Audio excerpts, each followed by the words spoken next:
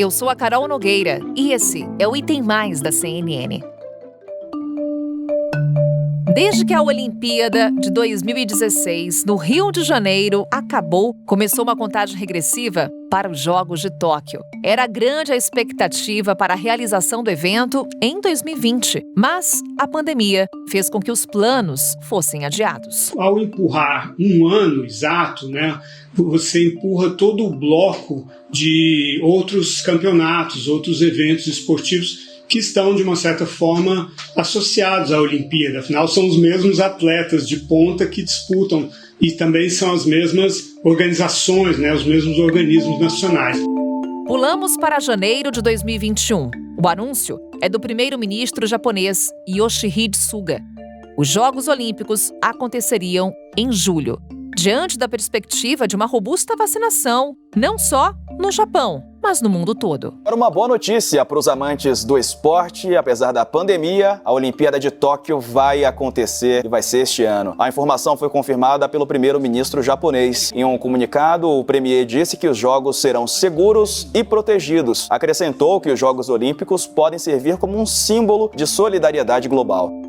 Eis que chegamos ao dia 23 de julho, data oficial para o show de abertura dos Jogos Olímpicos. Uma Olimpíada diferente, marcada pela pandemia. O aumento no número de casos de Covid-19 no Japão e a prorrogação do estado de emergência no país criaram várias dúvidas se, de fato, os Jogos poderiam ser adiados de novo. O evento estava programado para julho do ano passado, a gente lembra, e deve acontecer entre o dia 23 de julho e 8 de agosto. Protocolos de segurança tiveram que ser adotados. O público estrangeiro foi proibido de entrar nas proximidades da Vila Olímpica. Atletas, comissão técnica, delegações, voluntários tiveram que ser vacinados. E o monitoramento contra a Covid-19 é seguido de forma rígida. O Ministério da Saúde anunciou que a delegação olímpica, que vai aos Jogos de Tóquio, vai ser vacinada contra a Covid-19. Vão ser mais de 1.800 atletas e comissão técnica que vão ser imunizados antes de viajar. As doses foram doadas e não vão interferir no Plano Nacional de Imunização. Ainda assim, nossos atletas continuam treinando com todos os cuidados. O Item Mais de hoje vai falar sobre os Jogos Olímpicos que acontecem em circunstâncias tão inusitadas. Qual que é a expectativa dos atletas, da organização dos Jogos Olímpicos? E, claro, como os atletas brasileiros se prepararam para as disputas no Japão. Quem vai nos ajudar nesse episódio do Item Mais é ela, que entende tudo de esporte. Está diariamente na tela da CNN e vem para cá pro Item Mais para trazer todos os detalhes das competições, a expectativa, tudo o que acontece nos jogos. É a Yara Oliveira, a apresentadora de esportes da CNN e que agora está no comando do quadro Pódio CNN. Yara, bem-vinda, que bom falar com você. Oi, Carol, que prazer estar aqui de novo no Item Mais, contigo aqui agora. Uma pessoa que eu adoro conversar sempre e esse papo também é gostoso demais, né? Bora falar de Olimpíada, não teria outro papo melhor para se falar nessa semana e vamos com tudo. Você citou aí o quadro, né, que eu tô apresentando e realmente é o quadro Pódio CNN, o quadro da TV, onde a gente conta todos os detalhes, traz todas as informações, tudo que tá rolando na Olimpíada lá de Tóquio pra gente ficar um pouquinho mais pertinho, né? A gente sabe que nesse momento de pandemia a gente cobre daqui, mas claro, trazendo todas as informações e todas as curiosidades também, o que é legal, né? Tem tanta coisa legal em Olimpíada, além do esporte, é isso que a gente traz no quadro. Yara, exatamente isso. A Olimpíada é até mais que o esporte, traz exemplo pro nosso dia a dia, vitórias, derrotas, e tem um reflexo muito grande, claro, na vida dos atletas. Como é que tá a expectativa deles, principalmente também, não só com relação ao pódio, mas com relação à segurança em competir em meio a uma pandemia? Eu sempre me pergunto isso porque, além da preparação que a gente já sabe que é necessária, é importante para que um atleta consiga se consagrar, né, o auge da vida de um atleta, imagino eu que não sou atleta, deve ser ganhar um ouro, nem seja um bronze, uma prata, mas se consagrar, ir ao pódio numa Olimpíada. E aí, além de atletas, eles são pais de família, são filhos, são esposas, maridos, enfim. E aí, essas pessoas também sofreram com as perdas pela Covid-19. Essas pessoas também passaram por Covid-19. Muitos atletas perderam competições de preparação para as Olimpíadas inclusive por estarem contaminados. Então, o atleta, além de se superar na sua modalidade, no seu esporte, na sua luta e no que faz na vida, ainda tem que também, como cidadão desse mundo que atravessa uma pandemia, ainda passar por isso e ainda atravessar o medo de se contaminar, né? Porque eu estava pensando essa semana, inclusive, os casos de Covid-19 na Olimpíada, eles vêm surgindo e aumentando. E a Olimpíada nem começou efetivamente. E aí, já pensou um time de vôlei, por exemplo, de mais de 10 atletas se contaminam e esses atletas estão numa final? Esses atletas não vão participar dessa final. Então, do que valeu essa trajetória toda, sabe? Passar por todas as fases, se dedicarem, esperarem um ano até chegar nas Olimpíadas, se contaminarem e não participarem de uma possível final. Só uma situação hipotética. Mas é como se todo o esforço ele fosse jogado no lixo, de certa forma, né? Mas parece que já não tem outra alternativa a não ser que os jogos aconteçam, porque também há o lado em que atletas que vão participar dessas Olimpíadas, que se fosse postergar para próximos anos, que não conseguiria mais participar. Então são lados extremamente diferentes, compreensíveis, né? A gente tem que entender todos os lados e que torna essa discussão ainda mais profunda, né? Dos jogos acontecerem no meio de uma pandemia, num país que a gente sabe que é modelo de organização, de preparação, a gente sempre pensava, nossa, os jogos em Tóquio vão ser lindos, né? Eles já estão com as arenas prontas há muito tempo. Imagina, chegando, vendo tudo aquilo, o Japão, que é muito bonito, tem suas belezas naturais, o povo que é muito acessível, que recebe muito bem todas as nações, mas que de certa forma foi pego por essa, digamos, calamidade que o mundo todo também foi pego. E aí se vê tentando se proteger de alguma forma, porque a população japonesa, em pesquisas recentes, fala mesmo que se eles fossem escolher, eles não querem que os jogos fossem aí para o país deles. E é uma certa tentar se proteger de alguma forma. E aí os atletas meio que não têm essa escolha, né? De falar, não, eu não vou para me proteger, porque também tem o lado de se eu não for, pode ser minha última Olimpíada, ou nunca mais vou participar de uma Olimpíada. Então é muito complicado, viu, Carol? É um grande desafio, Yara. Inclusive observamos manifestações nas ruas do Japão, população japonesa é grande parte se manifestando de forma contrária à realização da Olimpíada. Por outro lado, temos a organização que num primeiro momento falava que os jogos iriam acontecer, mas recentemente admitiu a possibilidade de um cancelamento em cima da hora, caso necessário para garantir a proteção de todos. Nesse momento temos mais de 80 casos confirmados de Covid-19 em Tóquio, com relação a integrantes de delegações, também atletas, jornalistas, voluntários credenciados. Há esse risco?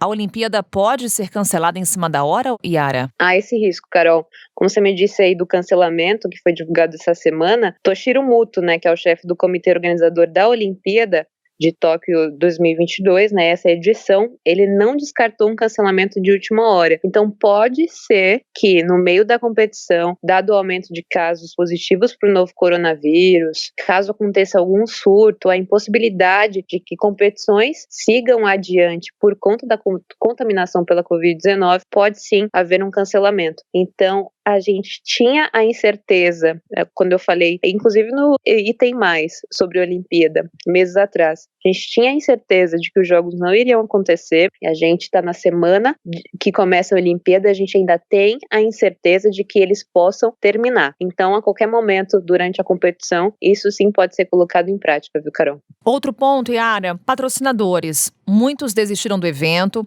As empresas que permaneceram patrocinando a Olimpíada, algumas deixaram de enviar representantes para Tóquio, inclusive retiraram propagandas nas redes de televisão locais. Isso compromete de que forma a realização dos Jogos? Credibilidade, né? Credibilidade, porque, como eu disse, o Japão e toda a sua organização perderam muito dinheiro com o cancelamento de 2020 e um novo cancelamento, além de ficar longe de recuperar tudo que foi perdido, se bem que acontecer ou fazer os jogos ainda não vai ser possível, né, recuperar todo esse dinheiro, mas, além de tudo, traria danos à reputação mundial do Japão. Então, a gente está vendo isso, né, com essas desistências. A cerimônia de abertura, como é um dos eventos à parte dentro de uma Olimpíada, cerimônia, geralmente com mais de 10 mil atletas ali marchando, levando a bandeira do seu país, no estádio lotado, né? Tem toda aquela expectativa para saber o que o país vai fazer na sua cerimônia de abertura. E muitas marcas, né, estão aí abrindo mão desse momento especial que é de Olimpíada e até num contexto geral, considerando que é um erro que a Olimpíada aconteça, né? Então é toda uma cerimônia, porque como você disse também que a Olimpíada é algo que vai além do esporte, tem todo um imaginário, né, em torno. E a cerimônia de abertura é um marco disso, né, uma prova. Então começar uma Olimpíada, e a gente vai conferir quando assistir, né, a cerimônia de abertura, ver o estádio vazio, ver as delegações entrando só com 2 pessoas ali para representar os seus países, realmente, na minha opinião, vai ser um tanto triste, né? Claro que vai esboçar o que o mundo inteiro está vivendo durante mais de um ano de pandemia, por conta da tristeza que são as mortes, os casos de Covid e todas as crises que a pandemia trouxe para todos os países. Mas certamente o Japão, que não queria se queimar com o mundo, está se queimando com uma Olimpíada que tem mais cara de algo fúnebre do que realmente uma celebração pelo esporte. Vamos lá, Yara, o que acontece então com a Rússia, com os atletas da Rússia? Eles não podem participar do torneio. O país foi banido como federação por conta dos casos de doping. Como é que fica a situação do país na Olimpíada? Então, é um pouquinho até estranho, né, para as pessoas, assim, entenderem que o país pode, mas não pode, ao mesmo tempo, participar, de certa forma, de uma Olimpíada. Então, o que acontece? O banimento, né, que aconteceu com a Rússia, no caso, ele permite que os atletas ali, eles disputem os torneios em níveis mundiais e tudo mais, mas, claro, sem a representação do país. Então, sem hastear a bandeira, sem cantar um hino do país e sem propriamente usar o nome, né, da Rússia. Tanto é que nessa Olimpíada, os atletas ali russos vão usar ali o Comitê Olímpico Russo, que é uma forma aí que acharam, que encontraram desses atletas participarem dessa edição de Olimpíada, mas não representaram o seu país por conta dessa punição que aconteceu, né? Depois dessa averiguação que teve das autoridades russas, que eles tentaram ali, de certa forma, adulterar, né? Esconder algumas mostras que serviriam como evidências para antigos casos de doping. Então, só piorou a situação que já não estava legal, sabe? E aí foram punidos por 2 anos, não podendo usar o nome do seu país, não podendo hastear a bandeira e também não poder cantar o seu hino nas competições mundiais, mas os atletas podem sim participar. O caso da Rússia é um caso isolado, Yara? Nessa Olimpíada tem outros exemplos de banimento, de suspensão? Olha, esse da Rússia é específico por conta disso, né, de não poder usar a representação do país, mas o que a gente sempre vê nas competições, assim, independentemente de ser Olimpíada ou não, são aí banimentos, suspensões por conta de doping, né? E nessa Olimpíada já aconteceu, inclusive, com um brasileiro, que ele é do levantamento de peso, foi pego no antidoping, tá fora dos jogos, né? Outro cavaleiro, inclusive, essa notícia mais quente que a gente tem dessa semana, o cavaleiro australiano que caiu no doping e também foi suspenso dos jogos, né? Então, assim, são esses 2 casos fora a Rússia, nessa edição de Olimpíada, que realmente foram suspensos por conta de doping. Mas o da Rússia é específico nesse caso, porque só não pode usar o nome, né?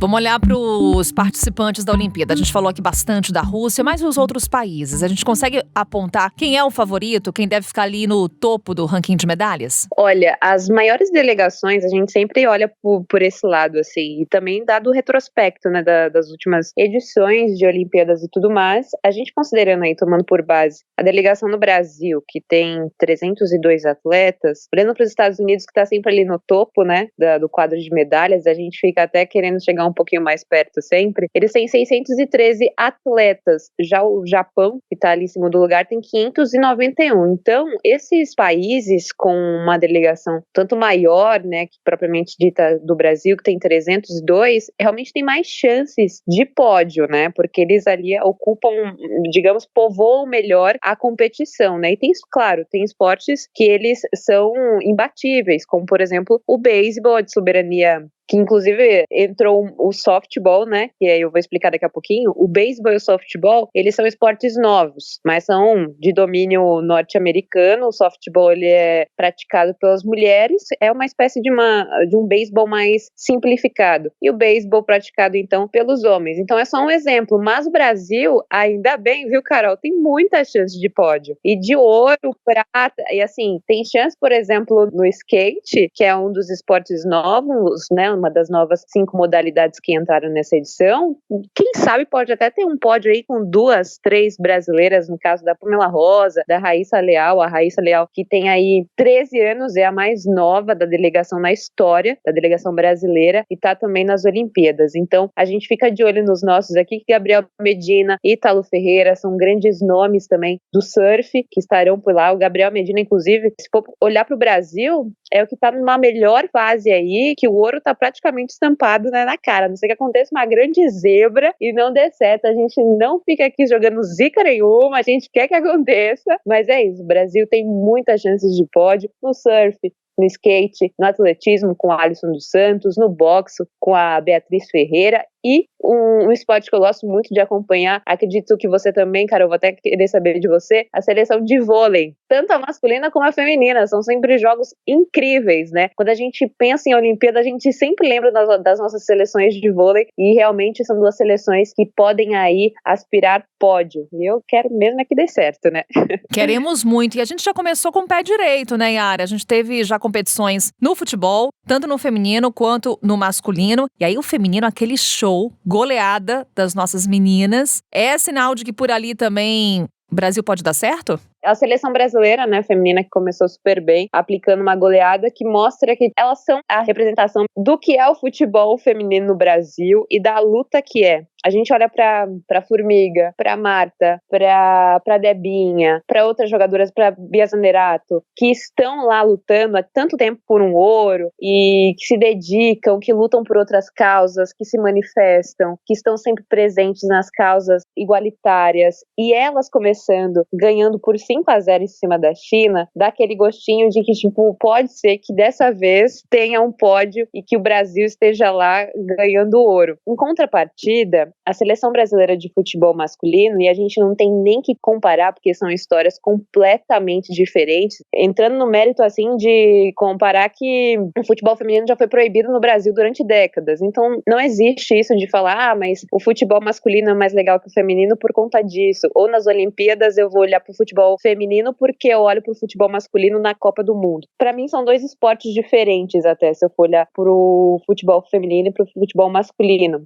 E o futebol feminino, de certa forma, positivamente falando, tem mais esse aconchego da torcida nas Olimpíadas. E é muito legal ver as pessoas acompanhando, torcendo pela Marta, por toda a seleção que ela carrega, porque a gente tem a Marta como grande símbolo. Óbvio que ela não joga sozinha, mas ela é o tipo de ídolo que a gente gostaria que, por exemplo, e não tô comparando nem criticando, mas a gente queria ver isso no Neymar, coisa que a gente vê na Marta. Então é muito legal ver que a seleção brasileira de futebol feminino tá começando bem e que, de outro lado, uma grande força que é os Estados Unidos, eu tô falando aqui como torcedor agora, já começou perdendo. E é a grande força do futebol feminino mundial. Então, dá aquela esperança, né, de que pode dar certo pra gente, viu, Carol? Opa, é a torcida de todos, Yara. No futebol e em todas as modalidades, você inclusive destacou algumas modalidades que ingressaram nessa Olimpíada. O caso do skate, é o caso do surf. Isso aumenta a expectativa com relação a essas modalidades? O que mais essa Olimpíada de Tóquio traz de novidade? Olha, skate, né, o surf, também temos a escalada, o beisebol. O que traz de novidade é que vai ser uma Olimpíada, a começar, que já faz história antes de propriamente começar, né? Antes da cerimônia de abertura, antes de realmente os jogos serem aí iniciados. Por conta da pandemia, a gente sabe muito bem, por conta do adiamento que aconteceu em 2020, por conta de toda essa mudança que o COI teve que fazer, insistir até o final, depois de vários sinais amarelos, né? Falar assim, não, vamos dar sinal verde, vamos realmente fazer acontecer as Olimpíadas. É uma relação muito difícil de se entender e que vai muito além do esporte, quando a gente olha a insistência de que os jogos eles realmente aconteçam. Claro que tem aquele outro lado da história, em que são dos atletas que tiveram que parar durante 1 ano as suas vidas, né, meio que congelar elas, para que participasse ou pudesse participar das Olimpíadas, porque a programação de um atleta, ela não é de 6 meses, 1 ano, de anos. E aí, os atletas, quando descobriram que não ia rolar em 2020, falaram, não, tudo bem, mas 2021 pode acontecer. E aí, é um dos motores para que essa Olimpíada aconteça. Só que aí tem outros panos de fundo, né? Como os valores que se perdem com cancelamento, as TVs que têm os direitos de transmissão e o COI teria que então pagar para essas TVs todo esse reembolso, e o governo japonês, né, porque pensa num cenário positivo em que se cedia uma Olimpíada e tudo dá certo, é ótimo, né? Uma vantagem competitiva, política, de extrema importância para a carreira de qualquer político, qualquer chefe de Estado. E a gente pode até usar como exemplo as Olimpíadas do Rio de Janeiro em 2016 e também a Copa do Mundo em 2014. 2 eventos que o Brasil sediou em momentos políticos muito difíceis e que colocaram em xeque aí toda uma gestão. Então, o que traz para mim, nas conversas que eu tenho com pessoas do esporte, é que essa Olimpíada, ela é mais que o esporte, mais do que qualquer outra, né? Mais que você acompanhar a união, a fraternidade que é exposta e que envolve todo um clima de Olimpíada. Muitas pessoas que não gostam de esporte curtem acompanhar a Olimpíada porque vem ali a representação do seu país, vê gente que se dedica, que leva uma vida para estar ali, para superar suas dificuldades, né? Porque a Olimpíada é vencer, é se superar, é dedicação exposta ali e derrota exposta também, né? Então é um grande espelho do que você é como atleta. Então eu acho que além dos novos esportes que foram colocados, isso que dá mais margem para o Brasil participar, o Brasil que é muito forte no surf e também no skate, mas também em outras modalidades que o Brasil já faz história, mas é participar de um evento que já fez história antes mesmo de ser iniciado. Estamos preparados para encarar os desafios esportivos nos próximos dias? O Brasil sempre está, né, preparado. Um dos orgulhos de ser brasileiro é poder dizer que a gente tem aqui uma imensidão de atletas de diversas modalidades que estão sempre muito bem preparados e representando muito bem o Brasil mundo afora. Então, como a gente comentou aqui do surf, do skate, também no atletismo, do boxe, na canoagem, né, que a gente tem um grande nome, que é o Isaquias Queiroz, o Arthur Zanetti, na ginástica, enfim, diversos esportes aí, a gente pode ficar ligadinho que o Brasil vai dar conta do recado, pelo menos quando a gente vê uma atuação brasileira, como a gente viu as meninas do futebol ganhando de 5-0, a gente até esquece que a gente está vivendo uma pandemia, né? A gente acha que tá tudo certo e que o esporte realmente é a melhor coisa do mundo, e o esporte tem esse poder, né? De mudar as pessoas, de colocar elas num caminho melhor e também de trazer um pouquinho mais de felicidade, coisa que o futebol e os outros esportes sempre fizeram com os brasileiros. Que nos dias difíceis a gente consiga sorrir, que seja através do esporte, pelo menos. Yara, obrigada por essa conversa. Yara Oliveira vai estar diariamente na tela da CNN, trazendo as novidades, em contato, essa ponte aérea Brasil-Tóquio e atualizando sempre a gente. Yara, e claro, depois a gente quer um balanço aqui no Item Mais, do que foi essa Olimpíada. Por isso, anota tudo e guarda pra gente, hein? Claro, vai ser um prazer aí pra gente ter mais uma conversa sobre essa Olimpíada histórica e, claro, quem quiser ficar ligadinho aí no esporte na CNN, pode CNN tá com todas as notícias de Olimpíada, todo o andamento, curiosidade, como eu falei, informação, e tomara que o Brasil fique lá nas cabeças, né, do quadro de medalhas. Obrigada pelo convite, Carol, e até a próxima. Nos vemos aí na programação da CNN. Sem dúvida. Até, Yara, obrigada. Um beijo, tchau. O Item Mais de hoje fica por aqui, acompanhando os Jogos de Tóquio e na torcida, para que o Brasil leve o ouro. Até uma próxima. Tchau.